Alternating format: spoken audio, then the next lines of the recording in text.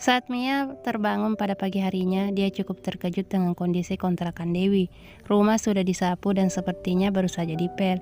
Cucian juga sudah dijemur, tetapi anehnya hanya beberapa potongan saja. Dan ketika Mia masuk ke ruang tamu, terdengar suara orang memasak di dapur. David, Erlang, Wibi, dan Ishak duduk diam. Wibi dan David kadang saling sikut. Erlang juga tampak memberi kode tentang suatu ancaman yang telah mengancam siapa, karena Mia tak menangkap dengan baik kode itu. Dan seketika seorang keluar dari dapur membawa nampan berisi sepiring tahu bakso dan segelas kopi hitam.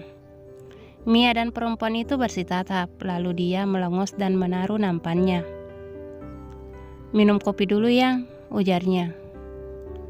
"Anak-anak gak dibikinin sekalian?" Ishak yang berkata. "Kan kalian ada Mbak ART."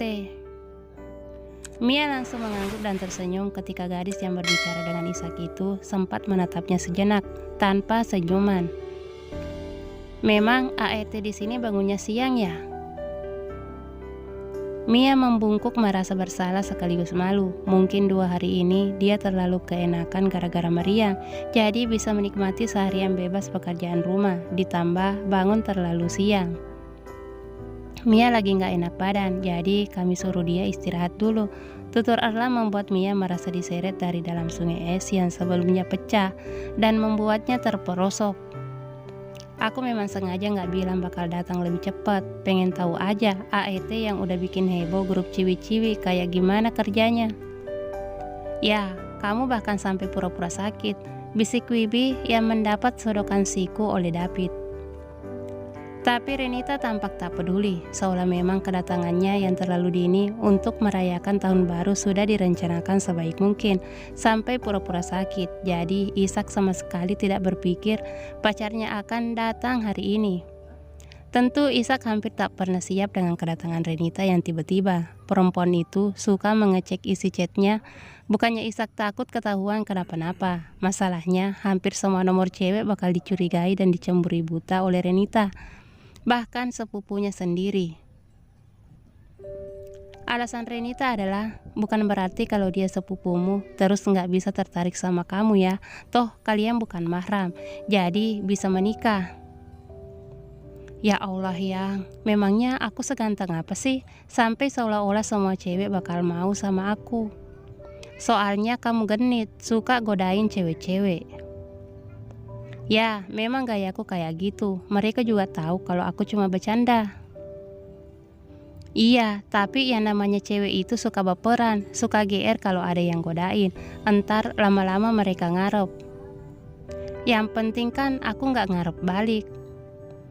Tetap aja, seolah kamu nggak nganggep aku, kamu nggak nganggep serius aku sampai masih bisa tebar pesona ke cewek-cewek, termasuk ibu kantin.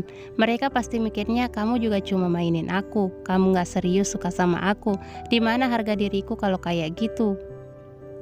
Ya Allah ya Robbi. Sampai Ishak merasa jengah dengan kecemburuan semacam itu, terlebih pada mantan-mantan pacar Ishak. Renita bisa stalking medsos mantan pacar Ishak selama berjam-jam, hingga postingan bertahun-tahun lalu. Tak cukup di situ, jika dia melihat komentar Ishak nyempil di sana, Renita akan mengamuk. Ishak harus membujuknya sampai gadis itu baikan lagi, namun tetap tak kapok, karena Renita akan melanjutkan stalking sampai puas, sampai ngambek berkali-kali dan harus dibujuk selama berkali-kali juga. Kadang juga dia sempat-sempatnya stalking pacarnya si mantan pacar Ishak yang sekarang, membandingkan mana yang lebih keren dan ganteng, apakah si pacar baru cewek itu ataukah Ishak. Jika Renita merasa cukup percaya diri bersaing dengan mantan pacar Ishak, akan dia biarkan akunnya. Renita bahkan bisa mengunggah fotonya dengan Ishak di akun Ishak untuk memancing reaksi si mantan pacar. Kalau Renita tak merasa percaya diri dengan mantan Ishak yang lain, maka akan diblokirnya akun itu dari medsos Ishak. Diminum kopinya sih yang, nyenengin yang bikinin gitu loh.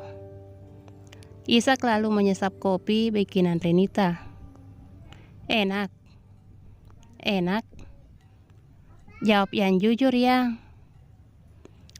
Sebenarnya kemanisan. Maksudmu kopi bikinanku nggak enak, kalah sama kopi buatan Mia ya? ujar Renita sembari menyentak badannya sendiri dan berlalu ke dapur. Terdengar suara nampan ditaruh dengan kasar. Setelah didorong-dorong oleh Erlang, Ishak akhirnya bangkit dan menyusul ke dapur. Mia yang masih bingung dengan spesies perempuan tipe ini cuma bisa bengong. Dia bingung harus menghadapinya seperti apa, karena sepertinya Renita teramat sensitif. Ishak yang baru tiba di dapur dan melihat wajah kusut pacarnya lantas mendesah panjang. "Kenapa lagi sih, Yang? Kamu emang gak peka ya?" "Gak peka gimana? Kamu masih bisa nanya gak peka gimana setelah menjatuhkan harga diriku di depan pembantu itu." "Mia, pembantu itu punya namanya Mia," ralat Ishak. Renita membanting nampan sekali lagi hingga suaranya menggema di ruangan kecil itu. "Ya salam, salah lagi gue." Ishak mendesah sembari meraup wajahnya sendiri dengan tangan. "Bisa-bisanya kamu merasa dijatuhkan harga dirinya cuma gara-gara aku bilang kopimu kemanisan. Aku bahkan gak bilang kalau kopi bikinanmu gak enak loh, Yang." "Sama aja, kamu bikin malu aku. Kamu sama aja bilang aku istri yang gak becus, bikin kopi aja kemanisan." "Tapi kita belum menikah," potong Ishak jujur seakan tak peka sama sekali. "Aur," Renita menjerit murka. "Kamu keberatan ya diurusi sama aku? Kamu gak mau aku jadi istrimu kan? Padahal kamu senang-senang aja kan diurus sama pembantu baru itu?" tudingnya dengan suara tinggi. Padahal hanya masalah kopi, tetapi urusannya bisa jadi panjang kalau kejadiannya antara Ishak dan Renita. Dan ini baru permulaan bagi Mia. Usai ribut-ribut di dapur tadi, Mia memutuskan untuk menyetrika di ruangan itu. Mau gimana lagi, rumah ini terlalu sempit. Bahkan meski sedang ada badai, pekerjaannya harus tetap berjalan. Sepertinya 3 cowok itu sengaja berjaga di ruang tamu karena khawatir Mia diborondong kecurigaan-kecurigaan tak berdasar yang bisa saja dilontarkan Renita. Sedangkan Ishak duduk di sudut ruangan sambil sok-sokan melempar perhatian pada Renita, seolah besar harapannya agar si pacar tak berulah lagi.